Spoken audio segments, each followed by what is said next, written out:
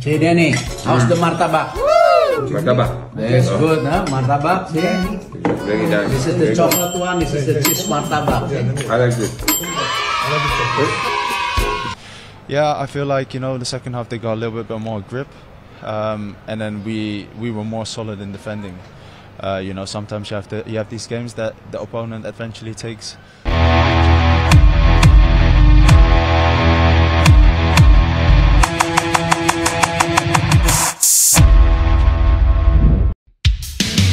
Pelatih Timnas Indonesia, Patrick Kluivert, terus kulineran makanan Indonesia bareng 3 asistennya, Alex Pastoor, Danny Lanzaat, dan Gerald van den Burg.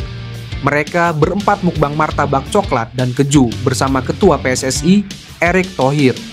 Sebelumnya, Kluivert, Pastoor, Lanzaat, dan van den Burg juga telah menyantap nasi Padang. Ada gulai ayam hingga gulai kepala kakap yang dihidang. Kemarin mereka sudah coba makan masakan Padang. Sekarang kita ajak cobain makanan favorit kita semua, martabak. Pastinya approved, ujar Erick Thohir. Erick Thohir bertanya kepada Kluivert dan Lanzaat mengenai kenikmatan memakan martabak. Keduanya terlihat lahap dan nambah ketika mengonsumsi makanan itu. Hai Denny, bagaimana martabaknya? Enak banget kan martabaknya? Ada martabak coklat dan keju, imbuh Erick Thohir. Mantap banget, kayaknya jadi malam yang panjang nih.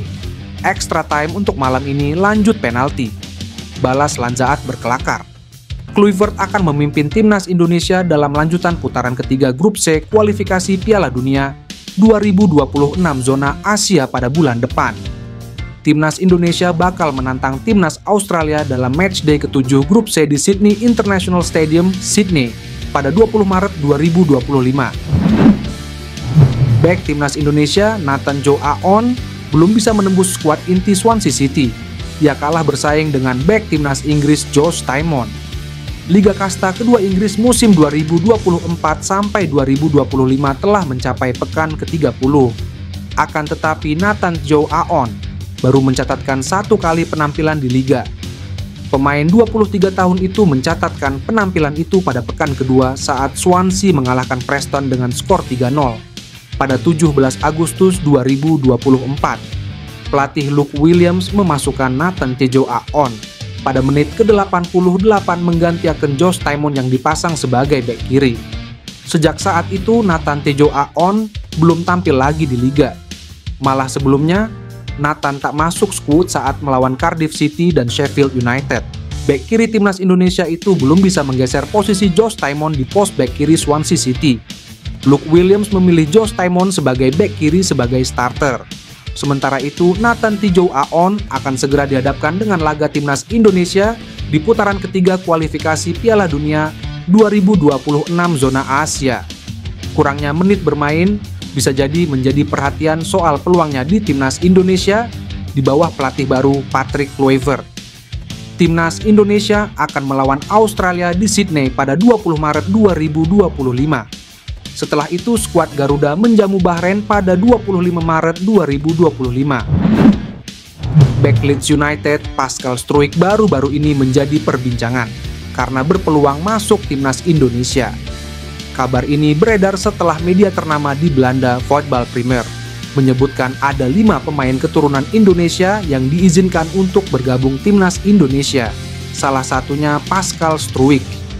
Dikutip dari Transfermarkt, Pascal Struijk bermain di klub Leeds United di English Football League Championship atau Liga Sepak Bola tingkat kedua di Inggris. Ia juga pernah masuk Timnas U17 Belanda dengan 3 caps. Puncak karir Struijk ketika bermain di Leeds United. Sepanjang karirnya di klub, Struijk diturunkan dalam 127 pertandingan, termasuk 5 laga di musim 2024 sampai 2025. Ia juga menyumbangkan 10 gol, termasuk 1 gol di musim ini. Ia juga membawa klub meraih juara The Championship pada 2019 sampai 2020. Struijk berpeluang menjadi pemain Timnas Indonesia maupun Belgia. Pascal Struijk memiliki garis keturunan Indonesia dari kakek nenek pihak ayahnya. Struijk sudah mencatatkan 3 penampilan bersama Timnas U17 Belanda pada 2016.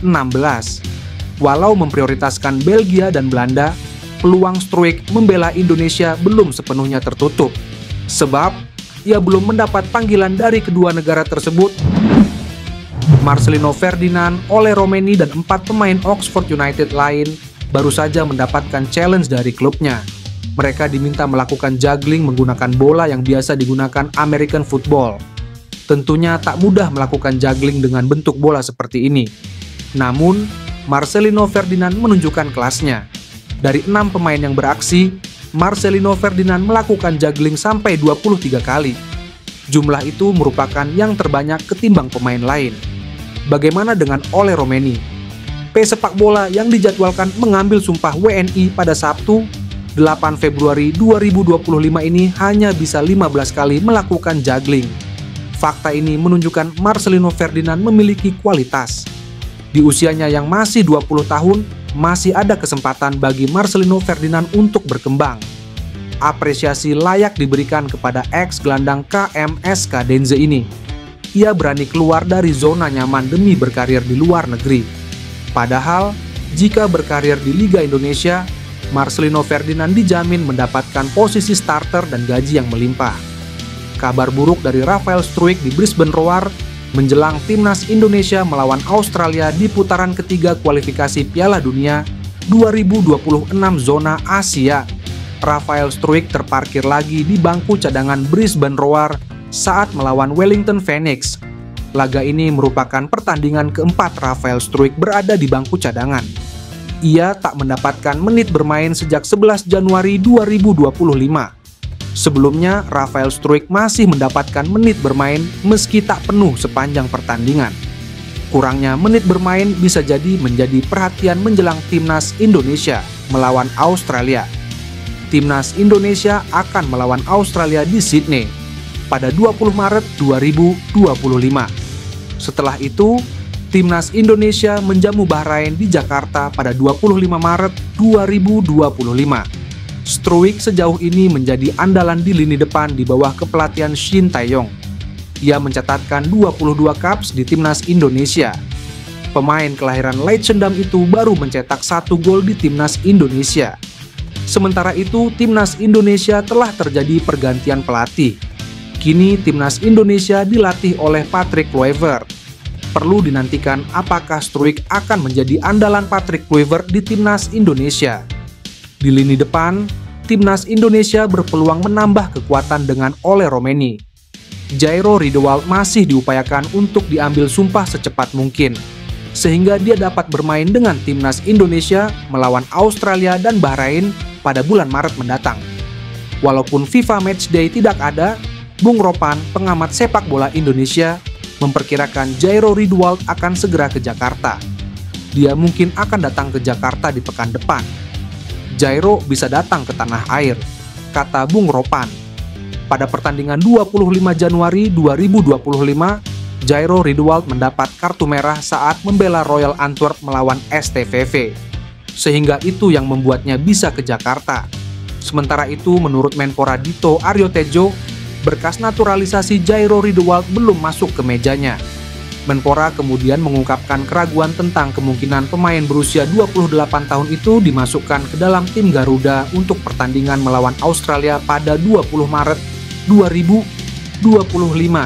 Selain itu, FIFA menetapkan tenggat waktu 30 hari sebelum pertandingan untuk pendaftaran pemain untuk kualifikasi Piala Dunia 2026.